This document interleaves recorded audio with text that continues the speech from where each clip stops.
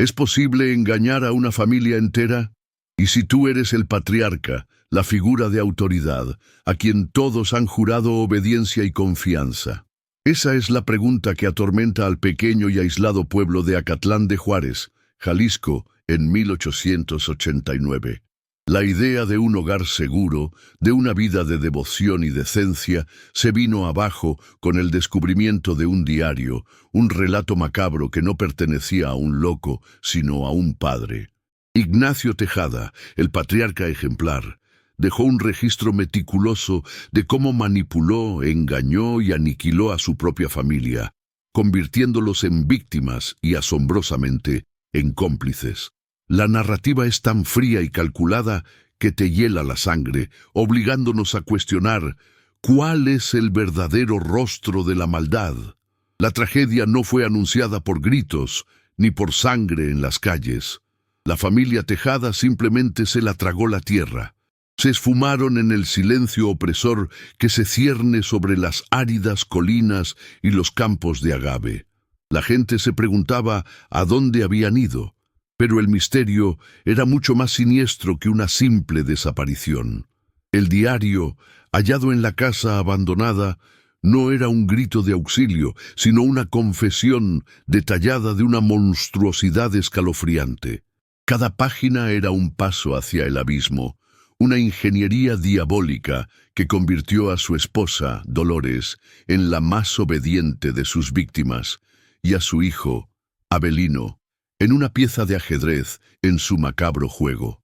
El horror estaba en el silencio, en la fachada de normalidad que la casona de adobe mantenía, el eco de las campanas de la iglesia, el olor a tierra seca y el aire pesado con la tensión del porfiriato, todos servían de velo para ocultar la verdad.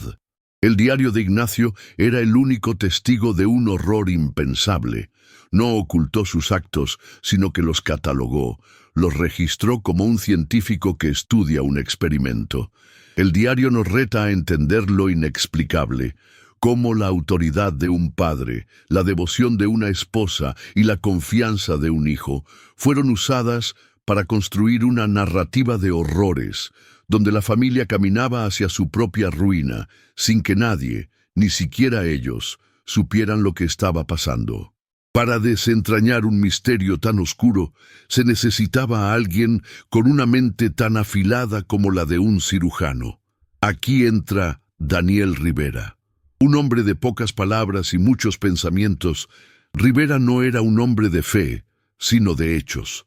Ex policía, había abandonado la Corporación de Guadalajara por no conformarse con la facilidad con que muchos casos eran cerrados con la etiqueta de asunto sobrenatural.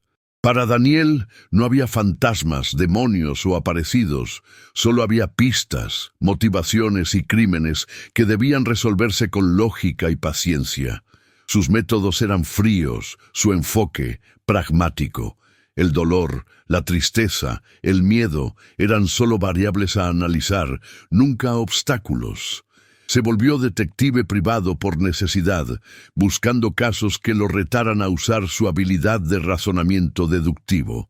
Se mudó a la pequeña ciudad de Acatlán de Juárez, donde el silencio y el aire pesado parecían esconder más de lo que la policía local era capaz de ver. Al ser contratado por un pariente lejano para investigar la desaparición de la familia Tejada, Daniel vio una oportunidad más para probar que la mente humana, en su complejidad y crueldad, era la fuente de todo el mal. Su reputación de escéptico lo precedía, pero su historial de éxito hablaba más alto que cualquier rumor. Sabía que el caso Tejada sería su mayor prueba, una lucha contra la superstición y lo desconocido. La primera vez que pisó la casa de los Tejada, la pesada atmósfera del lugar pareció retarlo, como si el pasado se rehusara a ser descubierto. El polvo suspendido en los rayos de luz, la tierra que cubría los muebles y el olor a humedad y a flores muertas eran como evidencia de un crimen que él estaba decidido a desentrañar. El escepticismo de Daniel era una armadura, pero no podía negar la opresión que la casa emanaba. Su misión era encontrar una explicación racional para la desaparición de la familia y, sobre todo, para el diario de Ignacio. ¿A poco no sabía que este caso, que él veía como una simple investigación, lo llevaría a un viaje que no solo pondría a prueba sus creencias, sino también su cordura? En aquella época, el pueblo de Acatlán de Juárez era un microcosmos del México porfiriano. El año de 1889 no era solo una fecha, sino el apogeo de un periodo de orden estricto, impuesto por la dictadura de Porfirio Díaz, que se extendía por todo el territorio nacional. Aparentemente, la prosperidad y el progreso industrial se expandían por el país, pero en las entrañas de ciudades como Acatlán, la realidad era otra. Las colinas áridas y los campos de agave que rodeaban el pueblo eran el paisaje de una vida austera, donde el silencio era tan opresor como la ausencia de libertad. La población mayormente rural vivía bajo un sistema social rígidamente jerárquico. Los pocos que detentaban el poder, las familias tradicionales como los Tejada, eran los pilares de un orden que se alimentaba de apariencias y de un control moral inquebrantable. La Iglesia Católica, en ese escenario, era más que una institución de fe. Era la autoridad que moldeaba la vida, la moral y el destino de cada individuo. En una época donde la represión política era la regla, la Iglesia se volvió un refugio de poder, con los sacerdotes y las familias más influyentes dictando las normas de comportamiento y de pensamiento. La fe, para la mayoría de la gente, era un pilar de sus vidas, y desviarse de ella era impensable. La casa de los Tejada, con su aire austero y sus ventanas enrejadas, era la representación física de esa devoción. Era un símbolo de una familia que, supuestamente, lo tenía todo: dinero, estatus y, lo más importante, la bendición de Dios. El olor a tierra seca mezclado con el aroma de flores marchitas en el patio de los Tejada era el perfume del tiempo. Era el olor de una vida estancada, donde el progreso de días no llegaba y el tiempo era marcado solo por el eco de las campanas de la iglesia. Las paredes de adobe de la casa, gruesas y sólidas, parecían absorber no solo la luz, sino también los secretos de la familia. El silencio, la característica más notable de la casa, era como una presencia viva, que susurraba historias de un pasado que el pueblo prefería olvidar. Era un velo, una cortina de humo que escondía los miedos y las tensiones que se acumulaban debajo de la superficie de la calma de Acatlán de Juárez. Pero la calma era una ilusión, y el silencio era en realidad una respiración contenida.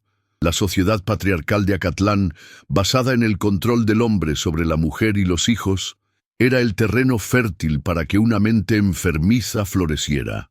Ignacio, el patriarca de los Tejada, no era solo un hombre de autoridad, sino el reflejo de un sistema que lo empoderaba y le permitía actuar impunemente bajo el disfraz de la religiosidad. Su casa, la representación de su riqueza y poder, era en verdad una jaula donde podía probar los límites de la obediencia, de la fe y de la cordura, sin que nadie lo cuestionara. El sistema de poder que mezclaba la dictadura de Díaz y la rigidez de la Iglesia le daba a hombres como Ignacio la licencia para ser un monstruo en su propia casa. La fachada de decencia y piedad era el escudo perfecto, y la jerarquía social, la protección ideal. Nadie se atrevería a cuestionar la conducta de una familia tan honorable, especialmente si la investigación llevaba a secretos que la sociedad de 1889 prefería no encarar. Daniel Rivera, el detective escéptico, tendría que luchar no solo contra la ausencia de pistas, sino también contra el peso de una sociedad que se rehusaba a creer en la maldad humana, prefiriendo la explicación de lo sobrenatural. La atmósfera de opresión era palpable en cada calle de Acatlán.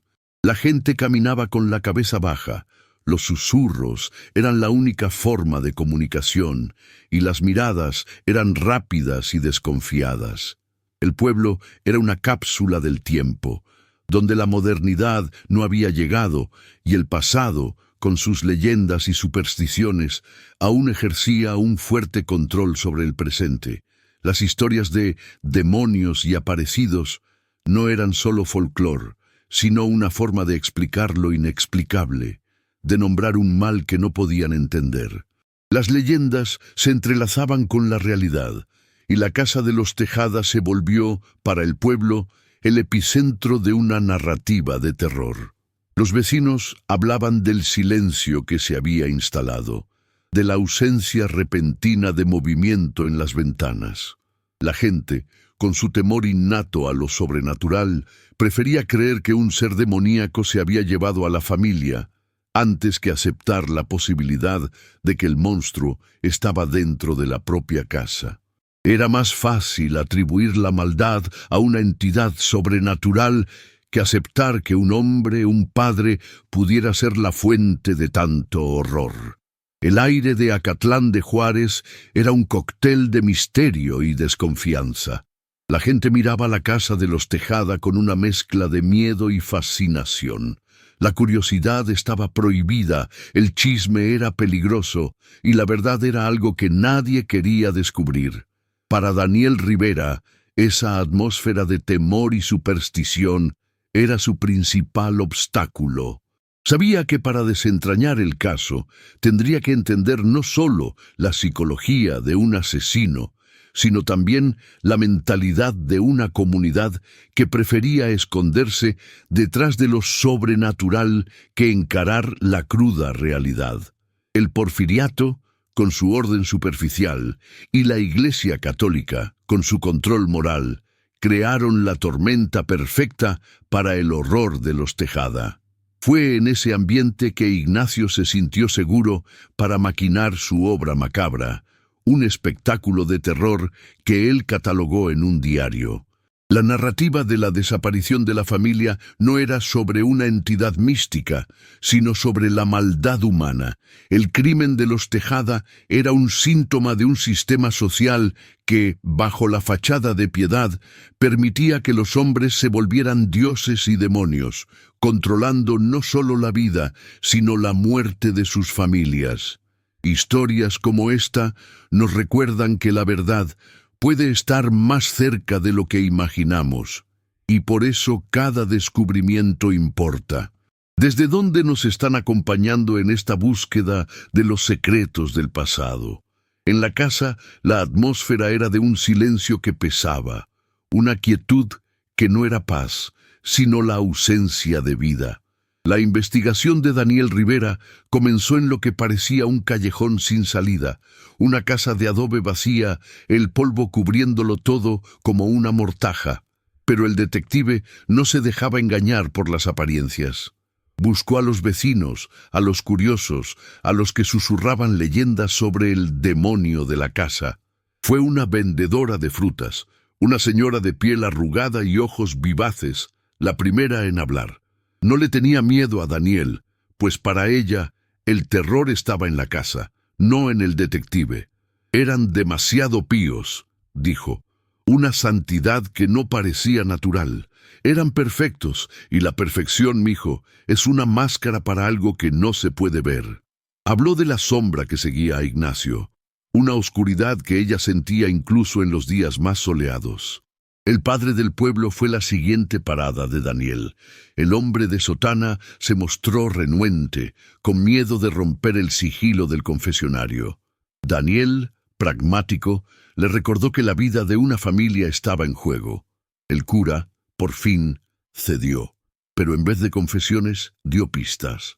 Habló sobre las tensiones entre Ignacio y la iglesia, una fricción que comenzó con las extrañas visiones del patriarca. Decía que el mal estaba dentro de su propia familia y que la única forma de purificación era el ritual. El padre, con una voz baja y temblorosa, confesó que no veía a la familia desde hacía semanas y que sus preguntas eran siempre respondidas con excusas y evasivas. Se sentía culpable, como si hubiera fallado en su misión de proteger a su rebaño, y esa culpa era la clave para Daniel. La información recolectada en el pueblo, sin embargo, era inconexa y llena de medias verdades.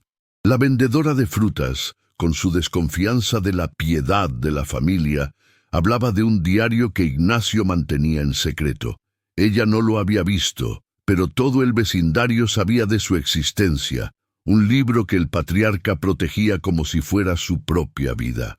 El padre, con su voz temblorosa, sugirió que las visiones de Ignacio eran, en realidad, una forma de justificar sus acciones, una manera de transformar su crueldad en un acto de fe.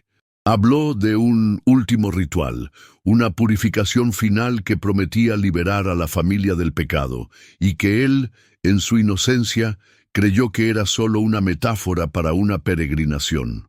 Avelino, el hijo mayor, era la pieza que Daniel necesitaba para entender la dinámica familiar. El rumor local lo pintaba como un joven fuerte que se resistía a las órdenes del padre. El detective oyó de un amigo de la infancia de Avelino que el joven se sentía como un prisionero en su propia casa. Quería irse, estudiar en Guadalajara, pero Ignacio no se lo permitía. El amigo habló de un secreto que Avelino guardaba, algo que el hijo había descubierto sobre el padre y que lo mantenía en un estado de miedo constante. Este relato, viniendo de una fuente tan personal, añadía una nueva capa de misterio, un micro cliffhanger que Daniel estaba decidido a desentrañar.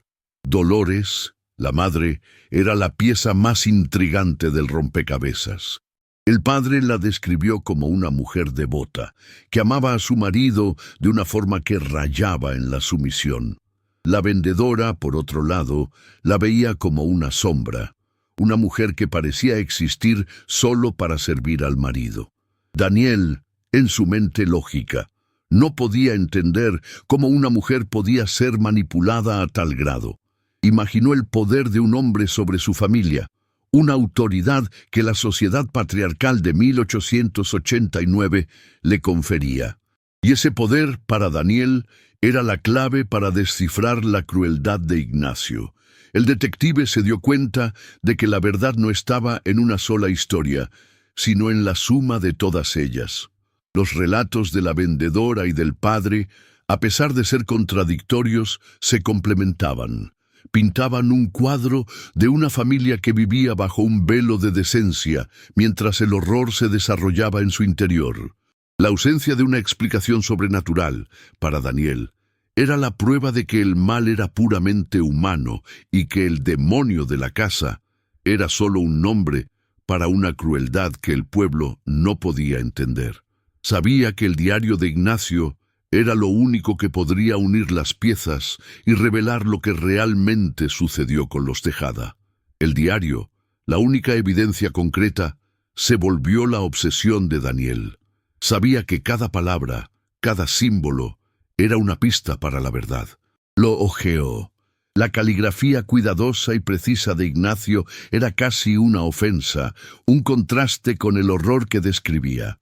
Las anotaciones sobre los rituales, las manipulaciones psicológicas, las muertes, todo era catalogado como si fuera un experimento científico. La mente de Daniel, acostumbrada a lidiar con la crueldad, nunca se había topado con algo tan perverso. Era la maldad de un genio. A cada página que pasaba, la tensión aumentaba. El diario revelaba el ritual de la obediencia, un proceso de envenenamiento lento, disfrazado de purificación. Avelino, el hijo mayor, era la primera víctima. Ignacio, en su crueldad, había convencido al hijo de que beber una poción curativa lo haría más fuerte, más resiliente. El diario detallaba la lucha de Avelino contra el veneno, su resistencia física, su dolor, todo catalogado con la frialdad de un científico. Daniel, al leer, sintió un nudo en la garganta. Su mente, acostumbrada a lidiar con la maldad, nunca se había enfrentado a algo tan atroz. Era la maldad de un genio. El diario se volvió su guía, la voz fría de Ignacio acompañándolo en cada paso. Describía el ritual de la obediencia, un proceso de envenenamiento lento disfrazado de purificación. Avelino, el hijo mayor, era la primera víctima. Ignacio, en su crueldad, había convencido al hijo de que beber una poción curativa lo haría más fuerte, más resistente. El diario detallaba la lucha de Avelino contra el veneno, su resistencia física, su dolor, todo catalogado con la frialdad de un científico.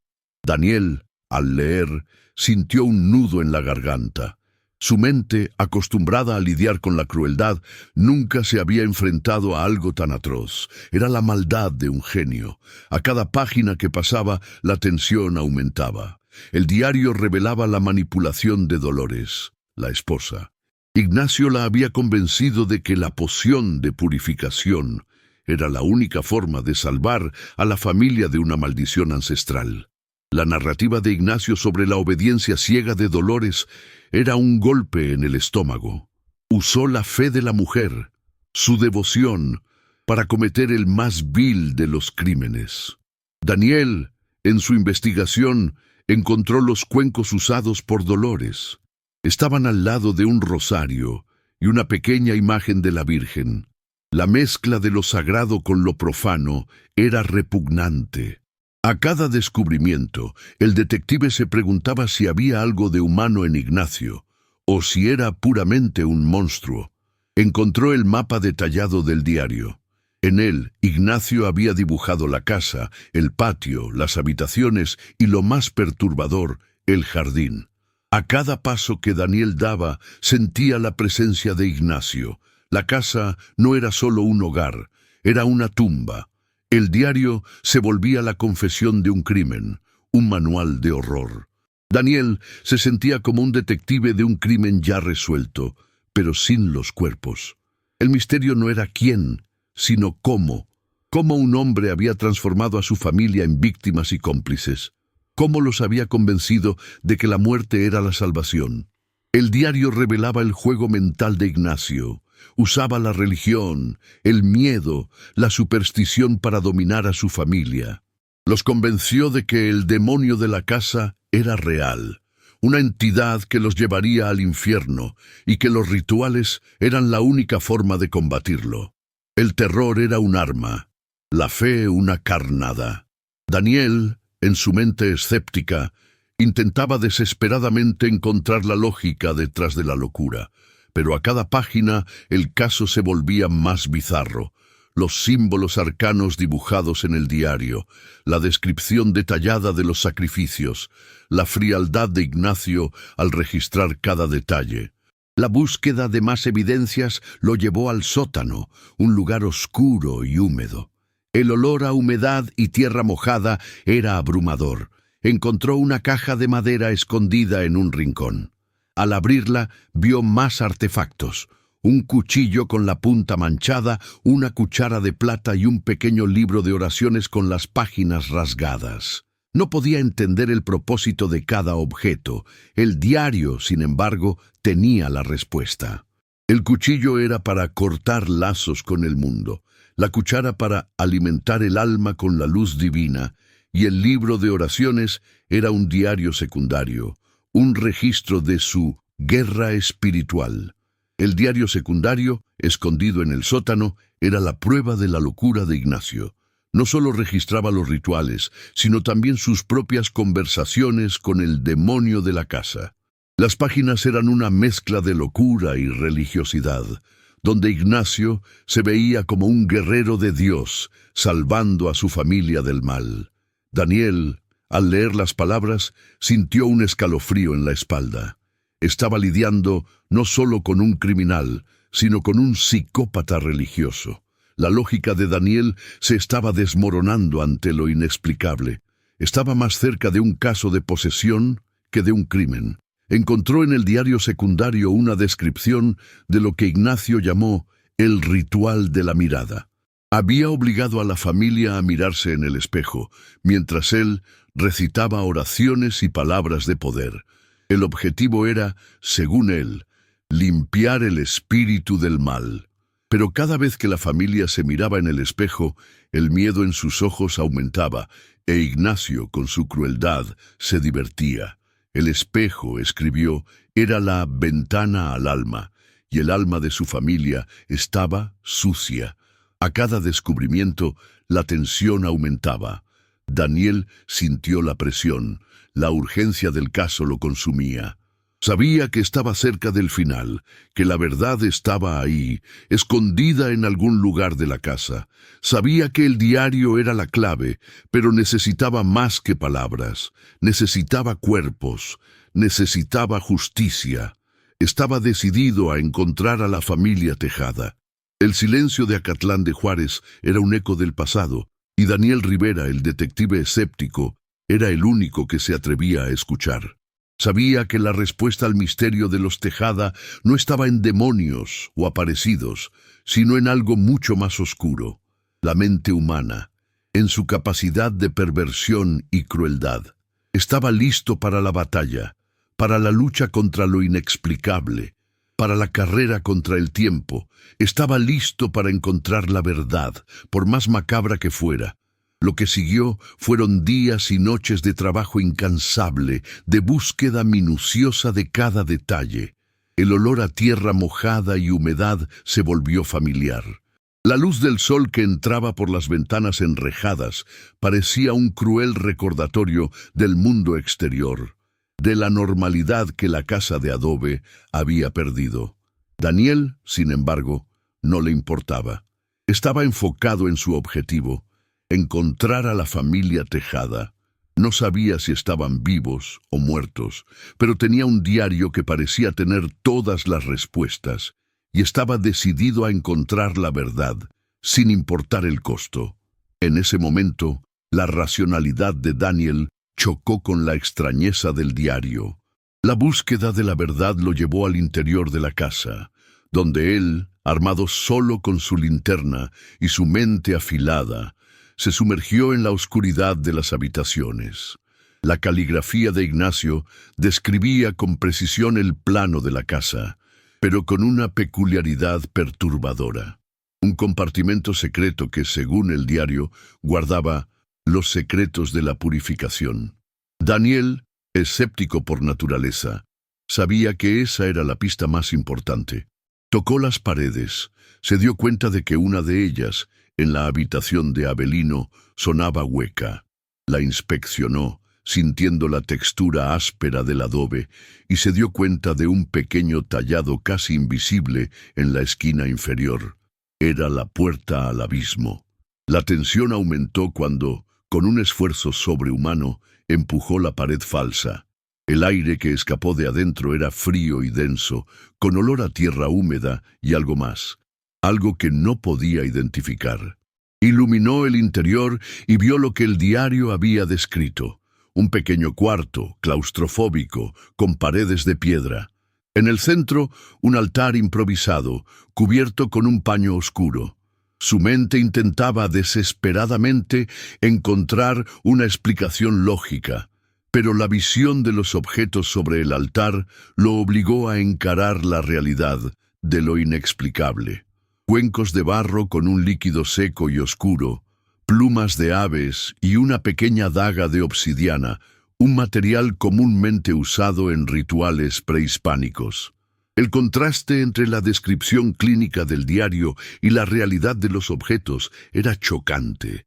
El diario se volvió su guía, la voz fría de Ignacio acompañándolo en cada paso. Describía el ritual de la obediencia, un proceso de envenenamiento lento disfrazado de purificación. Avelino, el hijo mayor, era la primera víctima. Ignacio, en su crueldad, había convencido al hijo de que beber una poción curativa lo haría más fuerte, más resistente. El diario detallaba la lucha de Avelino contra el veneno, su resistencia física, su dolor, todo catalogado con la frialdad de un científico. Daniel, al leer, sintió un nudo en la garganta. Su mente, acostumbrada a lidiar con la crueldad, nunca se había enfrentado a algo tan atroz. Era la maldad de un genio. A cada página que pasaba, la tensión aumentaba. El diario revelaba la manipulación de Dolores, la esposa.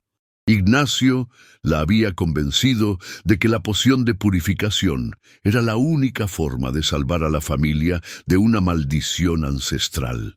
La narrativa de Ignacio sobre la obediencia ciega de Dolores era un golpe en el estómago. Usó la fe de la mujer, su devoción, para cometer el más vil de los crímenes. Daniel, en su investigación, encontró los cuencos usados por Dolores. Estaban al lado de un rosario y una pequeña imagen de la Virgen. La mezcla de lo sagrado con lo profano era repugnante. A cada descubrimiento, el detective se preguntaba si había algo de humano en Ignacio, o si era puramente un monstruo. Encontró el mapa detallado del diario. En él, Ignacio había dibujado la casa, el patio, las habitaciones y, lo más perturbador, el jardín. A cada paso que Daniel daba, sentía la presencia de Ignacio. La casa no era solo un hogar, era una tumba. El diario se volvía la confesión de un crimen, un manual de horror. Daniel se sentía como un detective de un crimen ya resuelto, pero sin los cuerpos. El misterio no era quién, sino cómo. Cómo un hombre había transformado a su familia en víctimas y cómplices. Cómo los había convencido de que la muerte era la salvación. El diario revelaba el juego mental de Ignacio. Usaba la religión, el miedo, la superstición para dominar a su familia. Los convenció de que el demonio de la casa era real, una entidad que los llevaría al infierno y que los rituales eran la única forma de combatirlo. El terror era un arma, la fe una carnada. Daniel, en su mente escéptica, intentaba desesperadamente encontrar la lógica detrás de la locura. Pero a cada página el caso se volvía más bizarro. Los símbolos arcanos dibujados en el diario, la descripción detallada de los sacrificios, la frialdad de Ignacio al registrar cada detalle. La búsqueda de más evidencias lo llevó al sótano, un lugar oscuro y húmedo. El olor a humedad y tierra mojada era abrumador. Encontró una caja de madera escondida en un rincón. Al abrirla, vio más artefactos. Un cuchillo con la punta manchada, una cuchara de plata y un pequeño libro de oraciones con las páginas rasgadas. No podía entender el propósito de cada objeto. El diario, sin embargo, tenía la respuesta. El cuchillo era para cortar lazos con el mundo, la cuchara para alimentar el alma con la luz divina, y el libro de oraciones era un diario secundario, un registro de su guerra espiritual. El diario secundario, escondido en el sótano, era la prueba de la locura de Ignacio. No solo registraba los rituales, sino también sus propias conversaciones con el demonio de la casa. Las páginas eran una mezcla de locura y religiosidad, donde Ignacio se veía como un guerrero de Dios, salvando a su familia del mal. Daniel, al leer las palabras, sintió un escalofrío en la espalda. Estaba lidiando no solo con un criminal, sino con un psicópata religioso. La lógica de Daniel se estaba desmoronando ante lo inexplicable. Estaba más cerca de un caso de posesión que de un crimen. Encontró en el diario secundario una descripción de lo que Ignacio llamó el ritual de la mirada. Había obligado a la familia a mirarse en el espejo, mientras él recitaba oraciones y palabras de poder. El objetivo era, según él, limpiar el espíritu del mal. Pero cada vez que la familia se miraba en el espejo, el miedo en sus ojos aumentaba, e Ignacio, con su crueldad, se divertía. El espejo, escribió, era la ventana al alma, y el alma de su familia estaba sucia.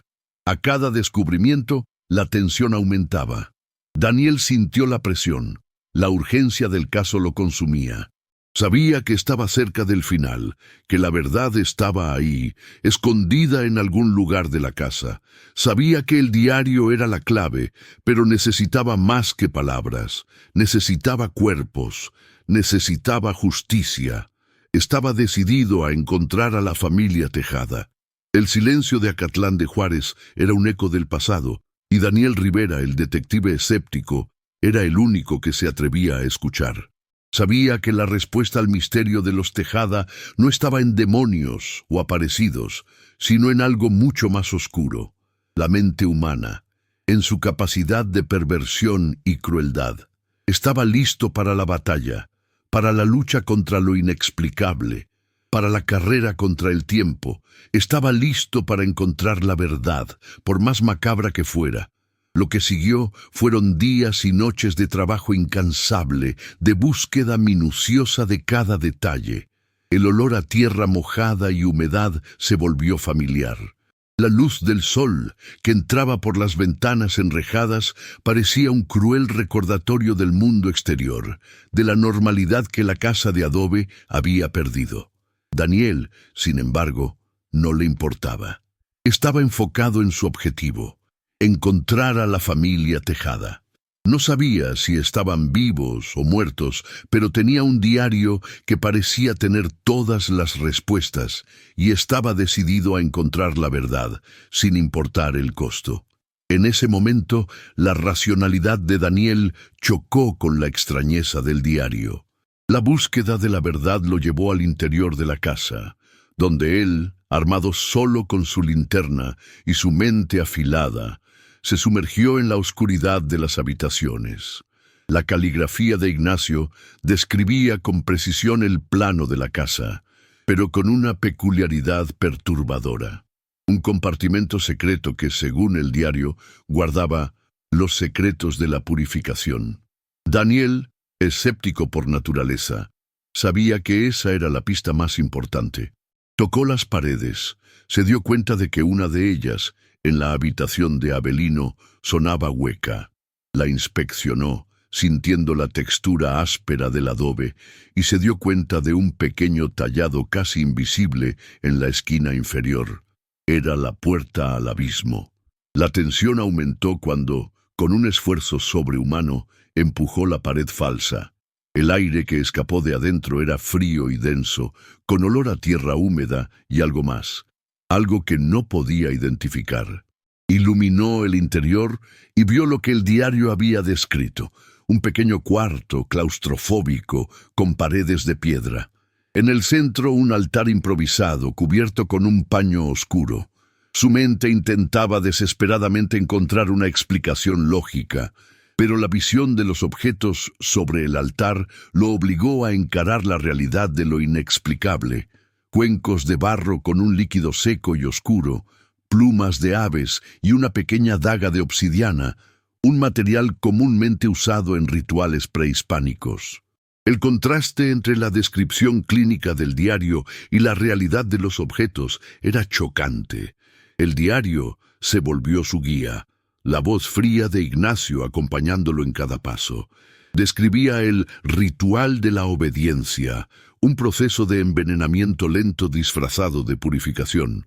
Avelino, el hijo mayor, era la primera víctima. Ignacio, en su crueldad, había convencido al hijo de que beber una poción curativa lo haría más fuerte, más resistente. El diario detallaba la lucha de Avelino contra el veneno, su resistencia física, su dolor, todo catalogado con la frialdad de un científico. Daniel, al leer, sintió un nudo en la garganta. Su mente, acostumbrada a lidiar con la crueldad, nunca se había enfrentado a algo tan atroz. Era la maldad de un genio. A cada página que pasaba, la tensión aumentaba. El diario revelaba la manipulación de Dolores, la esposa. Ignacio la había convencido de que la poción de purificación era la única forma de salvar a la familia de una maldición ancestral. La narrativa de Ignacio sobre la obediencia ciega de Dolores era un golpe en el estómago. Usó la fe de la mujer, su devoción, para cometer el más vil de los crímenes. Daniel, en su investigación, encontró los cuencos usados por Dolores. Estaban al lado de un rosario y una pequeña imagen de la Virgen. La mezcla de lo sagrado con lo profano era repugnante. A cada descubrimiento, el detective se preguntaba si había algo de humano en Ignacio, o si era puramente un monstruo. Encontró el mapa detallado del diario. En él, Ignacio había dibujado la casa, el patio, las habitaciones y, lo más perturbador, el jardín.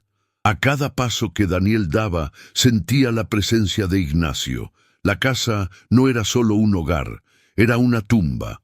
El diario se volvía la confesión de un crimen, un manual de horror.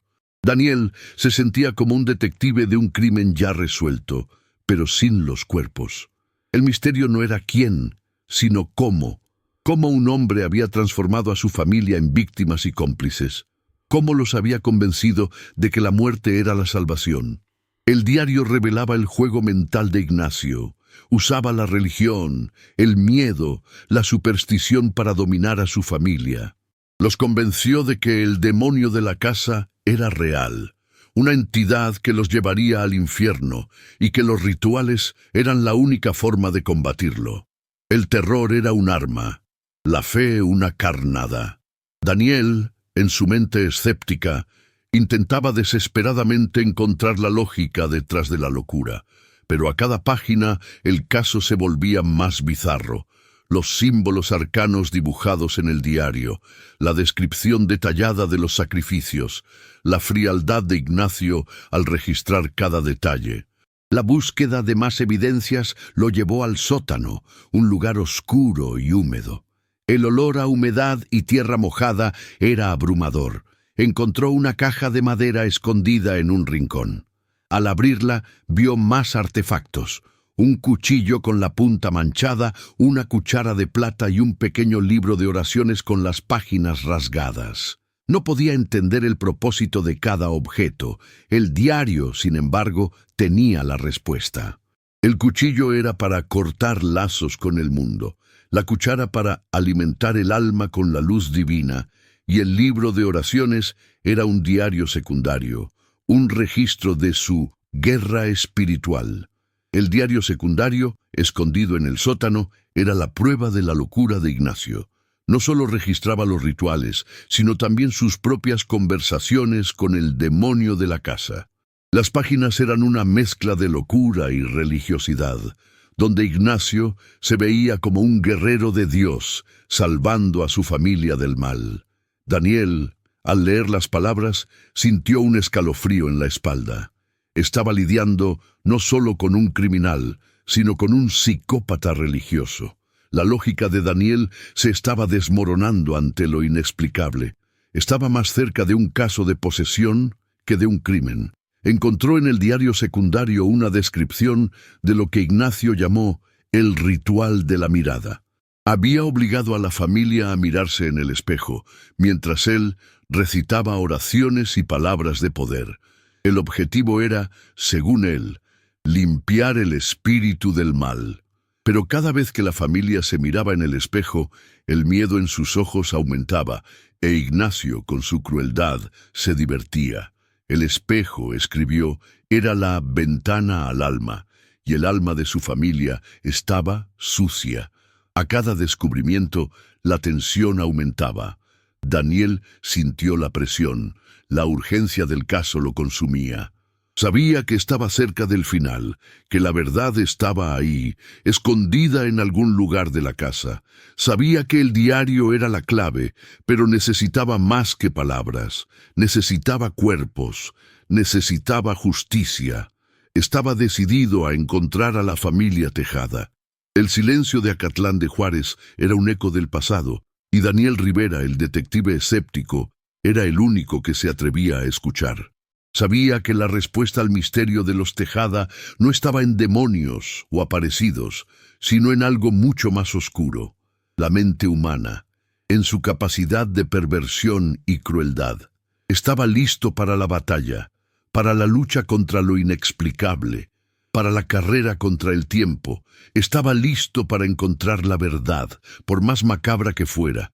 Lo que siguió fueron días y noches de trabajo incansable, de búsqueda minuciosa de cada detalle.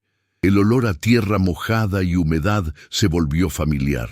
La luz del sol que entraba por las ventanas enrejadas parecía un cruel recordatorio del mundo exterior, de la normalidad que la casa de adobe había perdido. Daniel, sin embargo, no le importaba.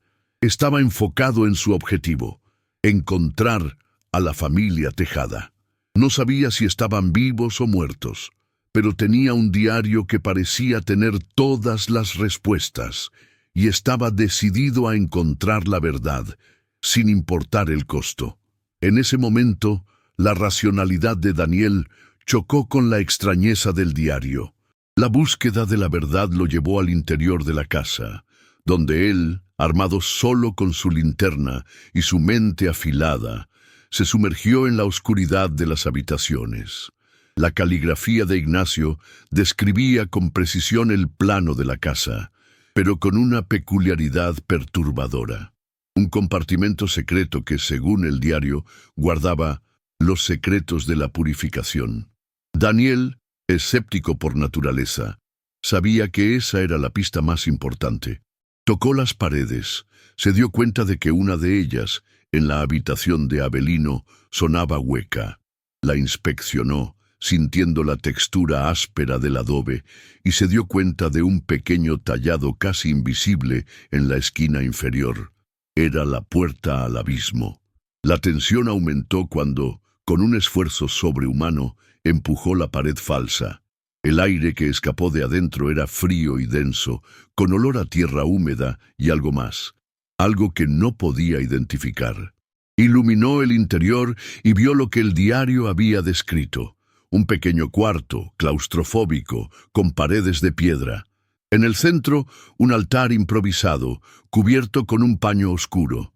Su mente intentaba desesperadamente encontrar una explicación lógica, pero la visión de los objetos sobre el altar lo obligó a encarar la realidad de lo inexplicable.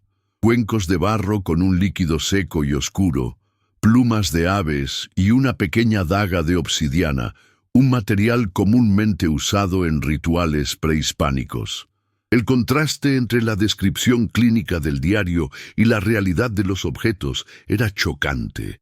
El diario se volvió su guía, la voz fría de Ignacio acompañándolo en cada paso. Describía el ritual de la obediencia, un proceso de envenenamiento lento disfrazado de purificación. Avelino, el hijo mayor, era la primera víctima. Ignacio, en su crueldad, había convencido al hijo de que beber una poción curativa lo haría más fuerte, más resistente. El diario detallaba la lucha de Avelino contra el veneno, su resistencia física, su dolor, todo catalogado con la frialdad de un científico. Daniel, al leer, sintió un nudo en la garganta. Su mente, acostumbrada a lidiar con la crueldad, nunca se había enfrentado a algo tan atroz. Era la maldad de un genio. A cada página que pasaba, la tensión aumentaba. El diario revelaba la manipulación de Dolores, la esposa. Ignacio la había convencido de que la poción de purificación era la única forma de salvar a la familia de una maldición ancestral. La narrativa de Ignacio sobre la obediencia ciega de Dolores era un golpe en el estómago. Usó la fe de la mujer, su devoción, para cometer el más vil de los crímenes. Daniel, en su investigación, encontró los cuencos usados por Dolores. Estaban al lado de un rosario y una pequeña imagen de la Virgen. La mezcla de lo sagrado con lo profano era repugnante. A cada descubrimiento, el detective se preguntaba si había algo de humano en Ignacio, o si era puramente un monstruo. Encontró el mapa detallado del diario. En él, Ignacio había dibujado la casa, el patio, las habitaciones y, lo más perturbador, el jardín. A cada paso que Daniel daba, sentía la presencia de Ignacio. La casa no era solo un hogar, era una tumba. El diario se volvía la confesión de un crimen, un manual de horror. Daniel se sentía como un detective de un crimen ya resuelto, pero sin los cuerpos. El misterio no era quién, sino cómo. Cómo un hombre había transformado a su familia en víctimas y cómplices. Cómo los había convencido de que la muerte era la salvación. El diario revelaba el juego mental de Ignacio. Usaba la religión, el miedo, la superstición para dominar a su familia. Los convenció de que el demonio de la casa era real, una entidad que los llevaría al infierno y que los rituales eran la única forma de combatirlo. El terror era un arma, la fe una carnada. Daniel, en su mente escéptica, intentaba desesperadamente encontrar la lógica detrás de la locura. Pero a cada página el caso se volvía más bizarro. los símbolos arcanos dibujados en el diario, la descripción detallada de los sacrificios, la frialdad de Ignacio al registrar cada detalle. La búsqueda de más evidencias lo llevó al sótano, un lugar oscuro y húmedo. El olor a humedad y tierra mojada era abrumador. Encontró una caja de madera escondida en un rincón. Al abrirla, vio más artefactos. Un cuchillo con la punta manchada, una cuchara de plata y un pequeño libro de oraciones con las páginas rasgadas. No podía entender el propósito de cada objeto. El diario, sin embargo, tenía la respuesta. El cuchillo era para cortar lazos con el mundo, la cuchara para alimentar el alma con la luz divina, y el libro de oraciones era un diario secundario, un registro de su guerra espiritual. El diario secundario, escondido en el sótano, era la prueba de la locura de Ignacio. No solo registraba los rituales, sino también sus propias conversaciones con el demonio de la casa. Las páginas eran una mezcla de locura y religiosidad, donde Ignacio se veía como un guerrero de Dios, salvando a su familia del mal. Daniel, al leer las palabras, sintió un escalofrío en la espalda. Estaba lidiando no solo con un criminal, sino con un psicópata religioso. La lógica de Daniel se estaba desmoronando ante lo inexplicable. Estaba más cerca de un caso de posesión que de un crimen. Encontró en el diario secundario una descripción de lo que Ignacio llamó el ritual de la mirada. Había obligado a la familia a mirarse en el espejo, mientras él recitaba oraciones y palabras de poder. El objetivo era, según él, limpiar el espíritu del mal. Pero cada vez que la familia se miraba en el espejo, el miedo en sus ojos aumentaba, e Ignacio, con su crueldad, se divertía. El espejo, escribió, era la ventana al alma, y el alma de su familia estaba sucia. A cada descubrimiento, la tensión aumentaba. Daniel sintió la presión, la urgencia del caso lo consumía. Sabía que estaba cerca del final, que la verdad estaba ahí, escondida en algún lugar de la casa. Sabía que el diario era la clave, pero necesitaba más que palabras. Necesitaba cuerpos, necesitaba justicia. Estaba decidido a encontrar a la familia Tejada. El silencio de Acatlán de Juárez era un eco del pasado, y Daniel Rivera, el detective escéptico, era el único que se atrevía a escuchar. Sabía que la respuesta al misterio de los Tejada no estaba en demonios o aparecidos, sino en algo mucho más oscuro, la mente humana, en su capacidad de perversión y crueldad. Estaba listo para la batalla, para la lucha contra lo inexplicable, para la carrera contra el tiempo. Estaba listo para encontrar la verdad, por más macabra que fuera. Lo que siguió fueron días y noches de trabajo incansable, de búsqueda minuciosa de cada detalle. El olor a tierra mojada y humedad se volvió familiar. La luz del sol que entraba por las ventanas enrejadas parecía un cruel recordatorio del mundo exterior, de la normalidad que la casa de adobe había perdido. Daniel, sin embargo, no le importaba. Estaba enfocado en su objetivo: encontrar a la familia Tejada. No sabía si estaban vivos o muertos, pero tenía un diario que parecía tener todas las respuestas, y estaba decidido a encontrar la verdad, sin importar el costo. En ese momento, la racionalidad de Daniel chocó con la extrañeza del diario. La búsqueda de la verdad lo llevó al interior de la casa, donde él, armado solo con su linterna y su mente afilada, se sumergió en la oscuridad de las habitaciones. La caligrafía de Ignacio describía con precisión el plano de la casa, pero con una peculiaridad perturbadora. Un compartimento secreto que, según el diario, guardaba los secretos de la purificación. Daniel, escéptico por naturaleza, sabía que esa era la pista más importante. Tocó las paredes, se dio cuenta de que una de ellas, en la habitación de Avelino, sonaba hueca. La inspeccionó, sintiendo la textura áspera del adobe, y se dio cuenta de un pequeño tallado casi invisible en la esquina inferior. Era la puerta al abismo.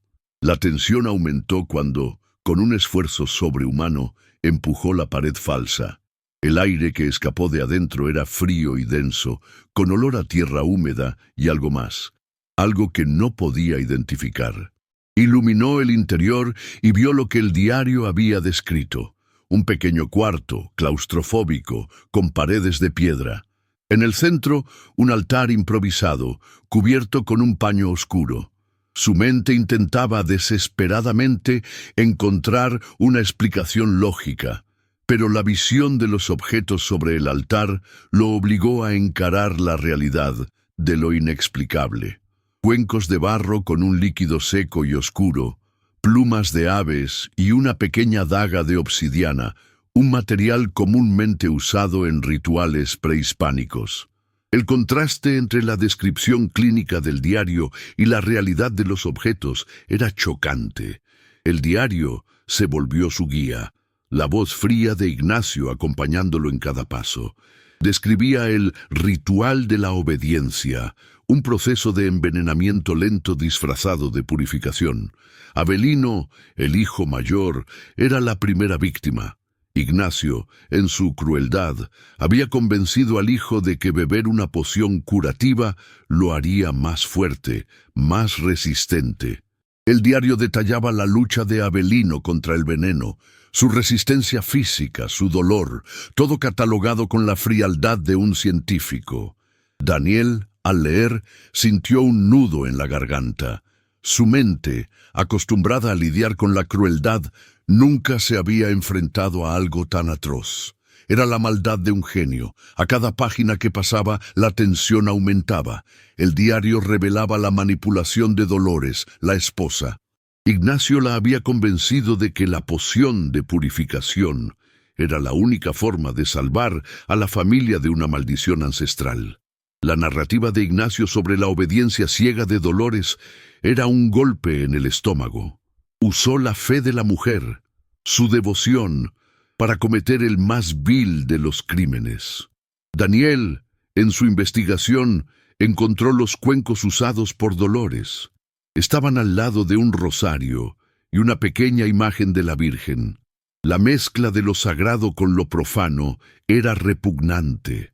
A cada descubrimiento, el detective se preguntaba si había algo de humano en Ignacio, o si era puramente un monstruo. Encontró el mapa detallado del diario. En él, Ignacio había dibujado la casa, el patio, las habitaciones y, lo más perturbador, el jardín. A cada paso que Daniel daba, sentía la presencia de Ignacio. La casa no era solo un hogar, era una tumba. El diario se volvía la confesión de un crimen, un manual de horror. Daniel se sentía como un detective de un crimen ya resuelto, pero sin los cuerpos. El misterio no era quién, sino cómo. Cómo un hombre había transformado a su familia en víctimas y cómplices. Cómo los había convencido de que la muerte era la salvación. El diario revelaba el juego mental de Ignacio. Usaba la religión, el miedo, la superstición para dominar a su familia. Los convenció de que el demonio de la casa era real, una entidad que los llevaría al infierno y que los rituales eran la única forma de combatirlo. El terror era un arma, la fe una carnada. Daniel, en su mente escéptica, intentaba desesperadamente encontrar la lógica detrás de la locura, pero a cada página el caso se volvía más bizarro. Los símbolos arcanos dibujados en el diario, la descripción detallada de los sacrificios, la frialdad de Ignacio al registrar cada detalle. La búsqueda de más evidencias lo llevó al sótano, un lugar oscuro y húmedo. El olor a humedad y tierra mojada era abrumador. Encontró una caja de madera escondida en un rincón. Al abrirla, vio más artefactos: un cuchillo con la punta manchada, una cuchara de